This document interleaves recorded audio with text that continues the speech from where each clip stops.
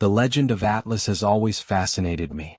The Titan condemned to hold up the sky for all eternity, bearing the weight of the heavens on his shoulders.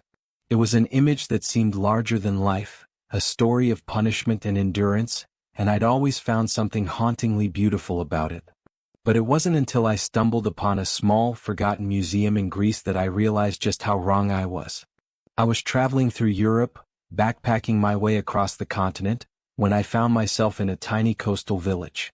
It wasn't a place you'd find on a tourist map, just a cluster of old houses and narrow streets, with the sea stretching endlessly in the distance.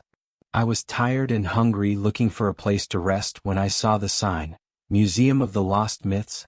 It sounded like a tourist trap, but I was intrigued. I had time to kill, and I'd always been a sucker for myths and legends.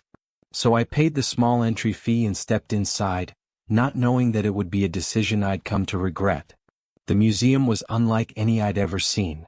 It was dark, with narrow hallways that twisted and turned like a maze, and the air was heavy with the smell of dust and old wood. The exhibits were strange: ancient artifacts, faded paintings, and old yellowed documents, all displayed under dim lights that barely illuminated the room. I wandered through the halls, reading plaques and looking at artifacts, but nothing really stood out to me. It was just the usual stuff: statues of gods and heroes, replicas of ancient weapons, fragments of pottery. But then I found the room dedicated to Atlas, and everything changed. The room was small, almost claustrophobic, with a single display case in the center. Inside was a statue about 2 feet tall of Atlas. It was different from any depiction I'd seen before. Most statues showed him standing tall, his muscles straining as he held the sky aloft. But this one was broken.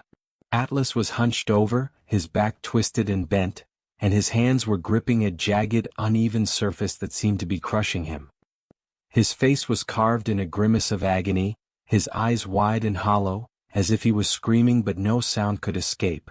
The plaque in front of the statue was even stranger. It didn't tell the usual story of Atlas' punishment. Instead it said, "Atlas' burden is not the weight of the sky, but the weight of what he has seen." I didn't understand what it meant, but I felt a chill run down my spine. There was something unsettling about the way the statue was carved, as if it was trying to convey a message that I couldn't quite grasp. I was about to move on when an old man appeared beside me, seemingly out of nowhere. He was the museum's curator, dressed in a worn, dark suit, with a thin, pale face and eyes that seemed too sharp, too intense. "Beautiful, isn't it?" he said, his voice low and raspy. "Yeah," I said, though beautiful wasn't the word I'd have used. "It's different." The old man nodded, his eyes never leaving the statue. "Most people think Atlas was punished to hold up the sky, but that's not the whole truth. His burden was much greater than that. He was made to bear the weight of knowledge, the knowledge of what lies beyond, what exists in the dark places of the world, and the things that should never be seen." I stared at him, not sure if he was messing with me or if he genuinely believed what he was saying. "What do you mean?" He smiled, a thin, eerie smile that made my skin crawl. "Atlas wasn't just holding up the sky. He was holding back everything that hides beyond it. Things that want to come through. Things that shouldn't be allowed to exist in our world. And for eternity he has to keep them at bay, watching, knowing, and enduring the horror of it all." I didn't know what to say. I thought about laughing it off, but the way he was looking at me made it impossible.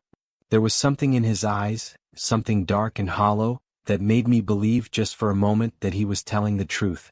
I left the museum soon after that, trying to shake off the unease that had settled over me. I told myself it was just a creepy story, that the old man was probably just trying to scare the tourists, but the image of the broken Atlas statue stayed with me. That night I had the first of many nightmares.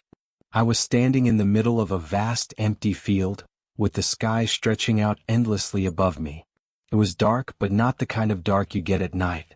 It was a thick, oppressive blackness that seemed to press down on me, making it hard to breathe. And then I saw him, Atlas, standing in the distance, his back bent and twisted, his hands gripping the sky. But it wasn't just the sky. It was something else, something that moved and shifted like a mass of writhing shadows.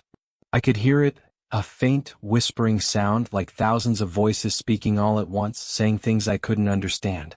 Atlas turned, and for a moment our eyes met. His face was twisted with fear, his eyes wide and wild, and I could see something reflected in them. Something that was coming, something that was pushing against the barrier he was holding up, trying to break through. I woke up gasping, drenched in sweat, my heart pounding in my chest. It was just a dream, I told myself. But it felt too real, too vivid, and I couldn't shake the feeling that it was more than just a nightmare. The dreams didn't stop. Every night, I'd find myself in that field, watching Atlas struggle to hold back the dark, shifting mass. And every night, it seemed to get closer, like whatever was on the other side was getting stronger, pushing harder. I started to lose sleep, afraid of what I'd see if I closed my eyes. I tried to distract myself, to focus on other things, but nothing worked. The image of Atlas, broken and bent, was burned into my mind, and the whispers. I could hear them even when I was awake now, faint and distant, like an echo in the back of my head. I went back to the museum, desperate for answers, but when I got there it was closed. The building was boarded up, with no sign of the curator or anyone else. I asked around the village, but no one seemed to know what I was talking about. Some even claimed there had never been a museum there at all. I thought about the old man's words, about Atlas bearing the weight of knowledge, and I wondered if that's what was happening to me.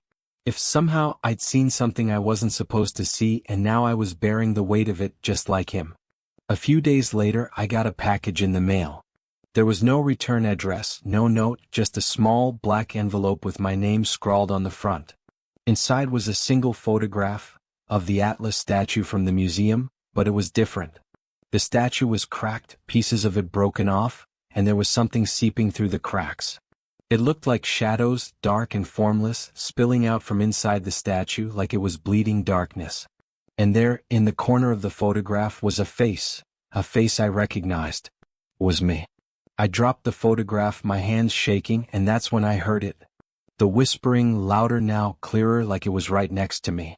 I couldn't understand the words, but I could feel what they meant, a sense of dread and despair that made my chest tighten. I didn't sleep that night, or the night after. I was too afraid of what I'd see, too afraid of the whispers, and the shadows that seemed to be creeping closer, no matter how much I tried to ignore them. A week later, I woke up in the middle of the night and I knew something was wrong.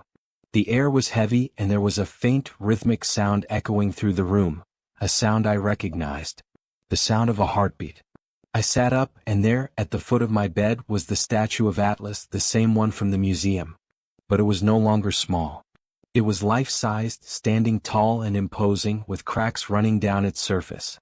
The shadows were seeping out, curling around its feet, spreading across the floor. And then I saw it. The shadows shifted, and I could see eyes, hundreds of them, staring out at me from the darkness, watching, waiting. The whispers grew louder, and I could feel them inside my head, pulling me down, drowning me in their words. Atlas turned his head, and for the first time I heard his voice. "Help me," he whispered, his voice trembling, broken. "I can't hold it back anymore." I wanted to run, but I couldn't move. The shadows were closing in, and I could feel them wrapping around me, cold and suffocating. The last thing I saw before everything went dark was Atlas, his face twisted in agony as the shadows burst through the cracks and swallowed him whole. I don't know how long I was out. When I woke up, I was alone, the room empty, the statue gone. But the whispers, they're still there, louder than ever, and I can feel the weight pressing down on me like I'm holding back something that's trying to break free. I think I understand now. Atlas wasn't just a titan. He was a warning. A warning of what happens when you see too much, when you know too much. Because once you've seen what's out there, once you've felt it, you can never escape it. And now it's my burden to bear.